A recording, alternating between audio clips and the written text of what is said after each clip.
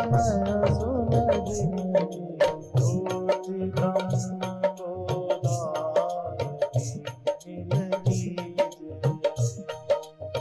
ज्योति ब्रह्म गो। हमने बहुत कुछ ज्ञान इंद्रियों के द्वारा जमा किया है।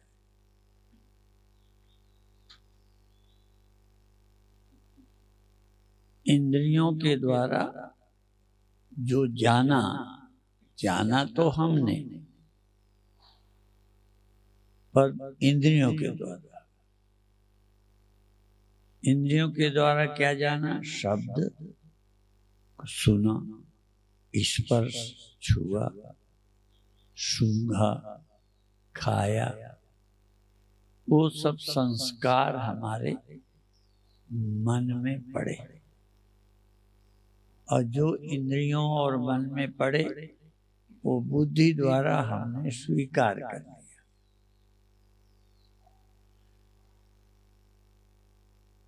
हमने देह को भी मन के होने पर पाया।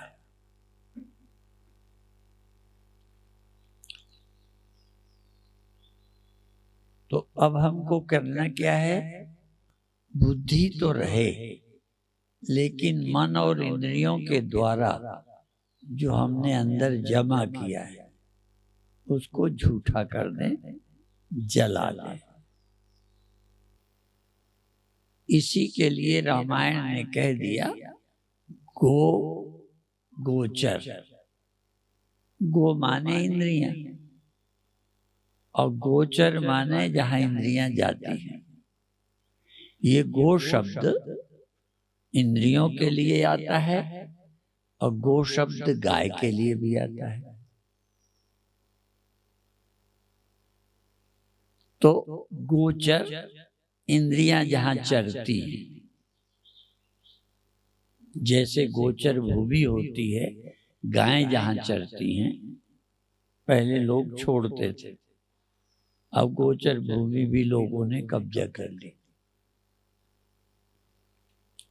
तो ये हमारी इंद्रियां जहां चरती हैं उसमें कुछ अनुभव भी होते हैं। वो सब इम्प्रेशन, प्रभाव हमारी बुद्धि में भी पहुंच गए। तो जहां इंद्रियां जाती है वो गोचर, और जहां मन जाए, बिना इंद्रियों के भी मन कहीं कहीं जाता है। जैसे कान ना हो, आंख ना हो, नाक भी ठीक ना हो, जुकाम हो, तो भी आपको अपने शरीर का अनुभव होगा। अंधे को भी शरीर का ज्ञान होता है, बहरे को भी होता है। और जहां अपनी गौशाला है उसके पास एक गांव है बम्भौरी, वहां हमारे गुरुदेव भी गए हैं, हम भी गए हैं। हमने अपनी आंखों एक लड़के को देखा। आपने ऐसे लड़के बहुत देखे होंगे जो अंधे हैं, ऐसे देखे होंगे जो गूंगे हैं। गूंगे हैं अर्थात सुनते नहीं, बोलते नहीं। लेकिन वहां एक लड़का हमने देखा कि गूंगा भी था और अंधा भी था। यहाँ जो बैठा है ये वहीं का है, पर इनको भी ये मालूम नहीं होगा, क्योंकि ये तब पैदा नहीं हुए होंगे जब की बात है। हम उस लड़के को देखने लगे, तो आप कल्पना करो, हमारे बहुत संत अंधे थे, लेकिन वो आवाज से पहचान जाते थे। पूज्य स्वामी गंगेश्वरानंद आवाज से वो सबको पहचानते थे। हम देख के पहचानते, वो आवाज से पहचानते थे। हम उस लड़के के विषय में सोचने लगे, कम से कम जब भी कोई काम करता है, शौच जाता है, पेशाब करता है, या कम से कम जो बुरे काम छिपा के किए जाते हैं, हम नहीं चाहते लोग देखें, तो हम एकांत में हैं, कोई नहीं है, कैसे जानते हैं? देख लेते हैं। यदि किसी कारण देख ना पाए तो हम आहट से, आवाजों से जान जाते हैं अभी यहाँ कोई है। मैं सोचने लगा, ये बच्चा यदि शौच जाए, पेशाब करे, तो ये कैसे जानेगा यहाँ कोई नहीं है? क्योंकि देख सकता नहीं, सुनता है नहीं, तो यहाँ किसी और के होने का उसे पता ही न चलेगा। तो जब लगेगी कर लेगा, जहां लगेगी वहां कर लेगा। तो हम ये समझाने के साथ ये समझाना चाहते हैं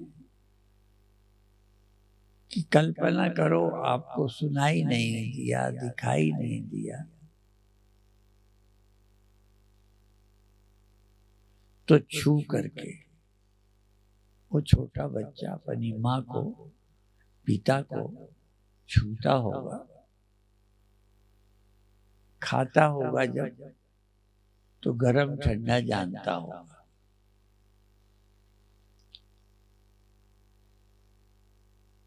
यदि पांचों ज्ञानेंद्रियों का, क्योंकि ज्ञानेंद्रियां व्यर्थ नहीं है, ये व्यवहार के लिए हैं, परमार्थ के लिए नहीं है। तो गो गोचर जहां लग मन जाई, सो सब माया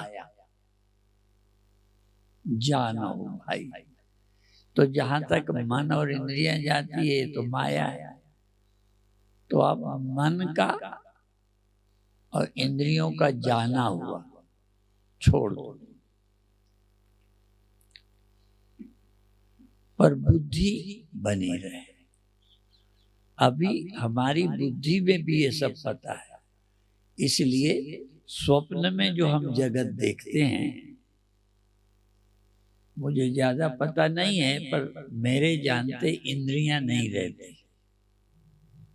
ये पांचों ज्ञानेंद्रियां स्वप्न में नहीं होती, और स्वप्न में मन भी नहीं होता।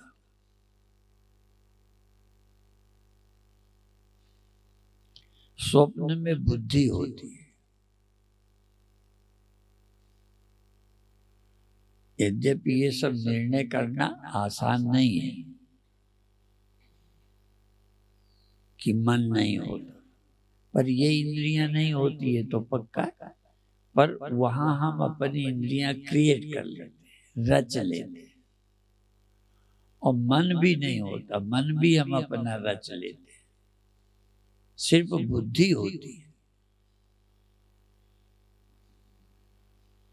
यदि बुद्धि हो और मन और इंद्रियों के संस्कार बुद्धि में ना हो, संस्कार को नष्ट करना बड़ा कठिन है।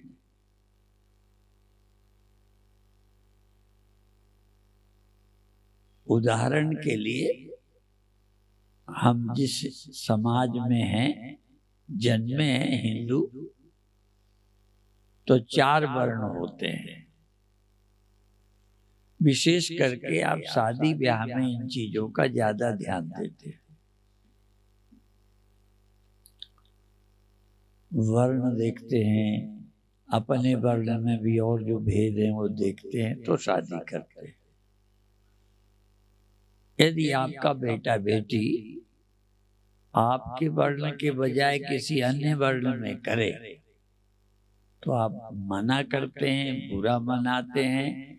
कई लोग तो अपने बच्चों को मार तक डालते हैं। इसको राजनीति में एक शब्द दिया है, क्यों मारा?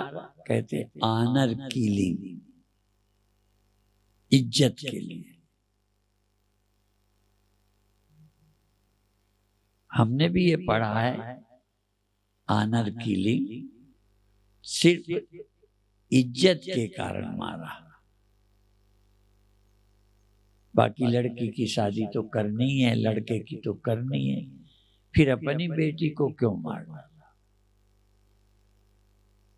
साक्षी जहां की है वहां एक लड़की लड़के ने ऐसी शादी कर ली तो परिवार वालों ने अपनी लड़की को भी लड़के को भी घास लकड़ी डाल करके जिंदा जला दिया।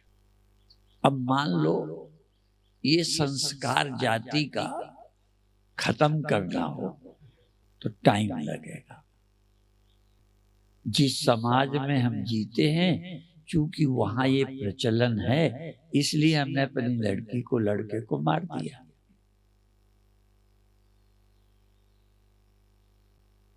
जहां ये नहीं है वहां कोई फर्क नहीं पड़ता।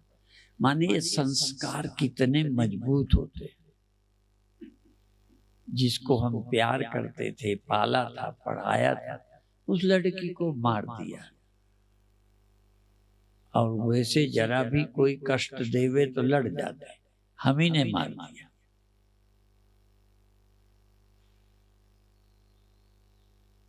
इसके आधार पर समझाना चाहते हैं कि हम आदमी हैं, शरीर है, ये भी तो संस्कार ही है।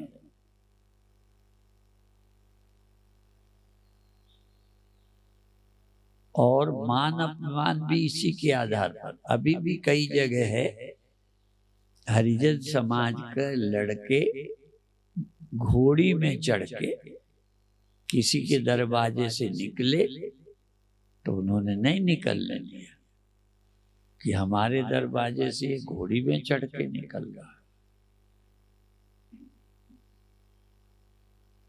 मजबूरी है, इतना संस्कार मजबूत है। ये उदाहरण देके समझाना चाहते हैं कि संस्कारों को नष्ट करना या उनको मिथ्या करना, यदि जाति मिथ्या है तो संस्कार भी मिथ्या हो जाएगा।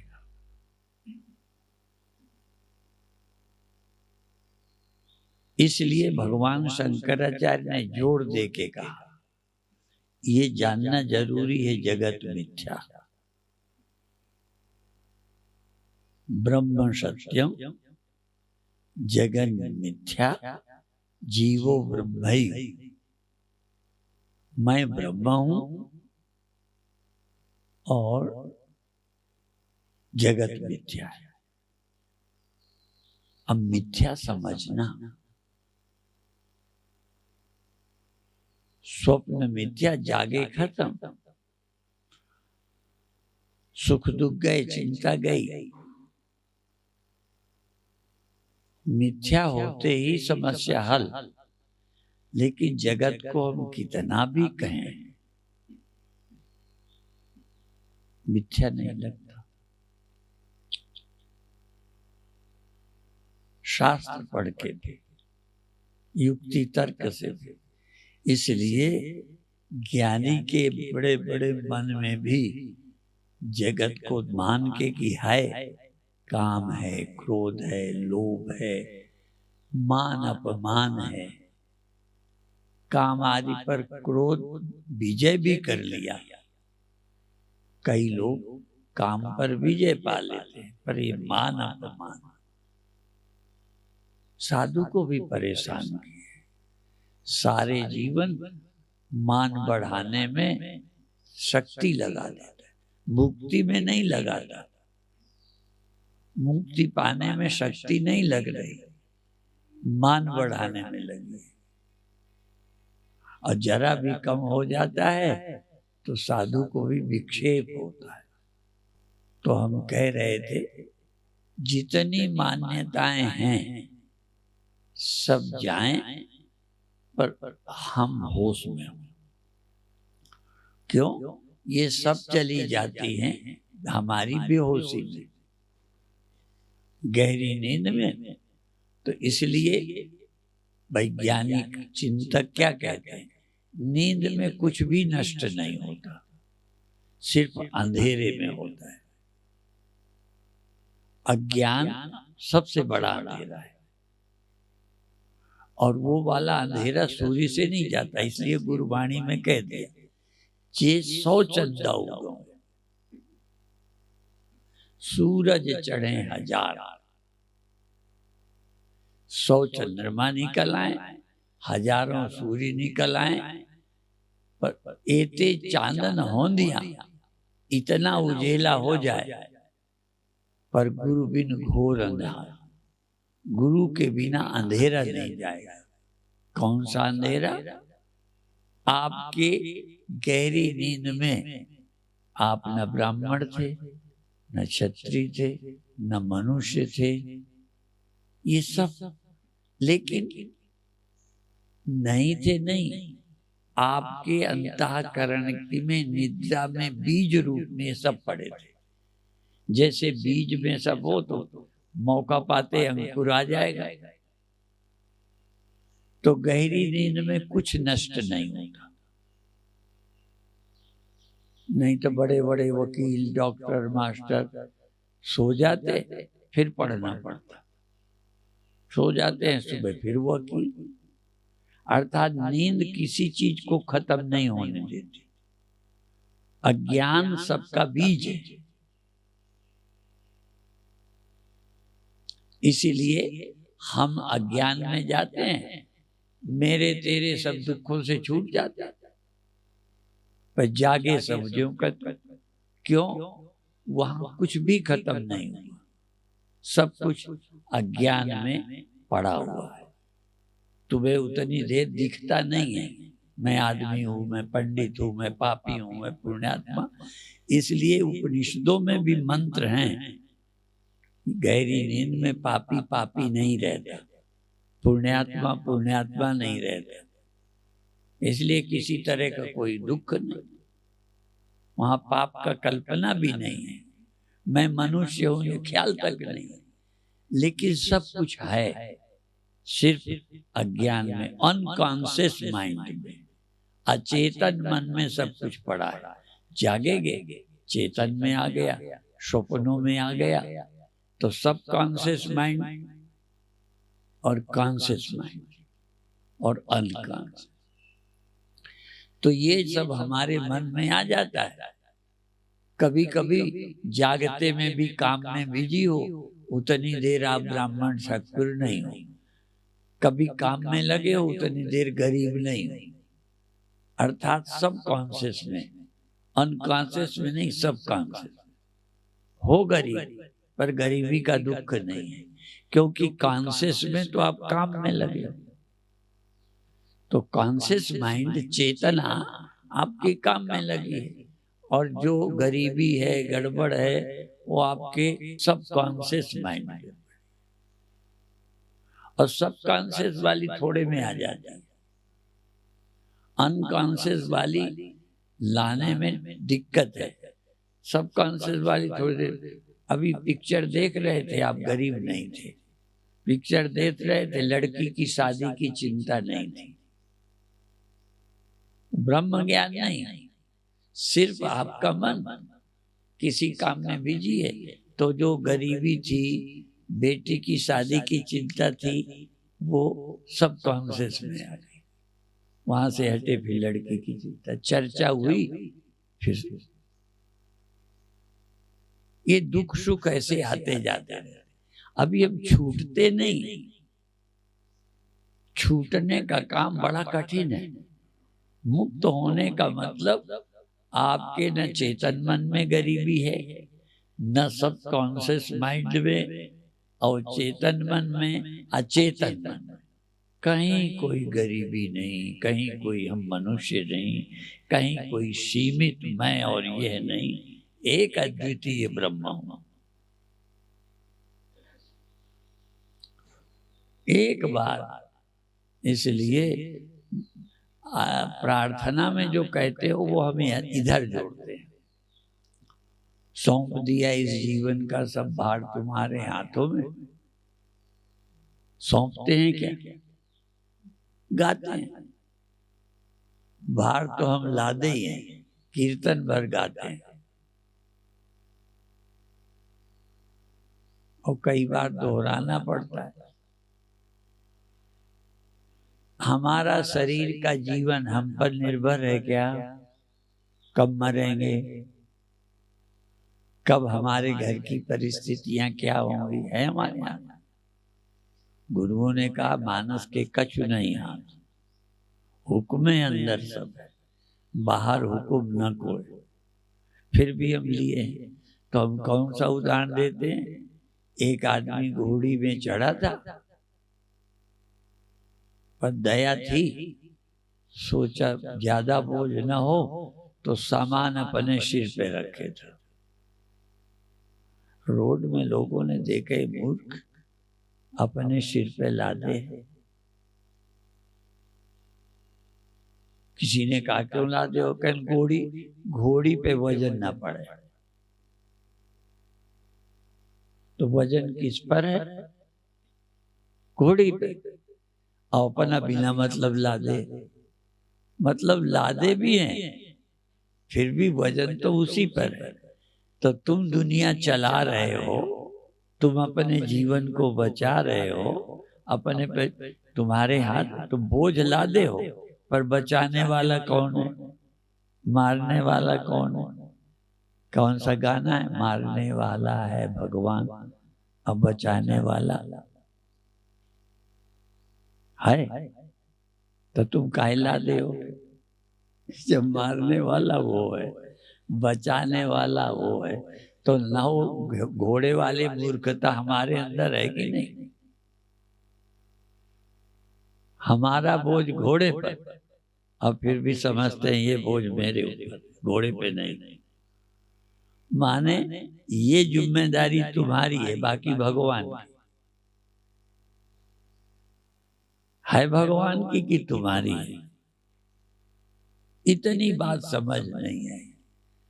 और इसी से मिलता जुलता उदाहरण हमने पहले भी दिया है कि एक आदमी ट्रेन में चढ़ा, उसने सुना था कि यदि ट्रेन में तुम्हारा तो टिकट लगेगा ही, इसका भी भाड़ा लगेगा सामान का।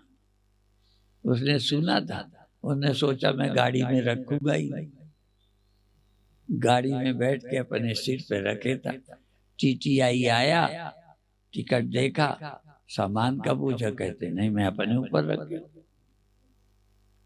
कहे तो अपने ऊपर रखे है तब भी ठीक है। तो हम उन पर हंसते हैं, पर हम रोज भगवान को मानते हैं। हुक्म अंदर सब है, बाहर हुक्म न कोई, नानक हुक्म जो बुझे, तो हाँ मैं कहे न कोई।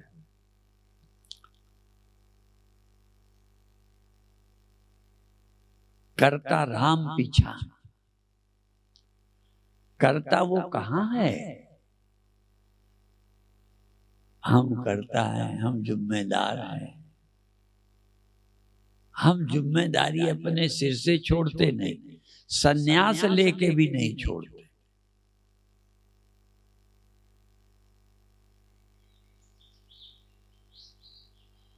कितना कठिन है पड़े हुए संस्कार को जलाना। ज्ञानाग्नि, ज्ञान की अग्नि में जला ला, मुक्त हो जाए। कोशिश करो ये जो अंदर मन में बैठ गया है ये हटाओ, और जागते हुए बुद्धि पूर्वक, तभी मैंने बुद्धि को कहा। मन इंद्रियां, तुम बुद्धि द्वारा देखो, ये सब झूठ है, मिथ्या है। ये अज्ञान से मैंने मान रखा है। करने वाला तो मैं हूं ही नहीं, करता राम पिछान, करता राम है। जय प्राणी हौ मैं तजी, जिस प्राणी ने हौ मैं छोड़ी और करता राम पिछान, करता राम को जिसने जाना वो मुक्त है। पर राम कहीं करता नहीं, हम हैं करता। हमारी है जिम्मेदारी। हमारे हाथ में हमारा शरीर भी नहीं, अवस्थाएं नहीं, सब हो रहा है। इसलिए भगवान ने गीता में कह दिया, गुणों के अलावा कोई करता नहीं है। इंद्रियां अपना काम करती हैं, तुम बिना मतलब करता क्यों बने बैठे हो? करता बन मत बोलो। इंद्रियां हैं, मन है, देह है, बोध, बुढ़ापा है, अवस्थाएं हैं, सब कुछ है, पर तुम करता नहीं हो। करता वो है। उमा दारू योषित की नाई, सब ही नचावत राम गोसाई। वो पहले एक खेल आता था, जब गांव में देखा, दो कठपुतलियां लड़ती थी तो वो गाता था, कमालो खूब लड़ेंगी, जमालो खूब लड़ेंगी। लड़ाता वो था, कैसे हाथ चलाता था वो, लड़ती वो दिख रही, लड़ा तो कोई रहा। तो ये सब करते तुम दिख रहे हो, करता तो राम है, परमात्मा है। और हमारी समझ में परमात्मा ही नहीं है, वो करता नहीं है, हम हैं और करता है। कैसे ये जाएगा, बाकी चर्चा। याद रहेगा तो कल, नहीं याद रहेगा तो कुछ और बोल देंगे। ओम शांति शांति शांति।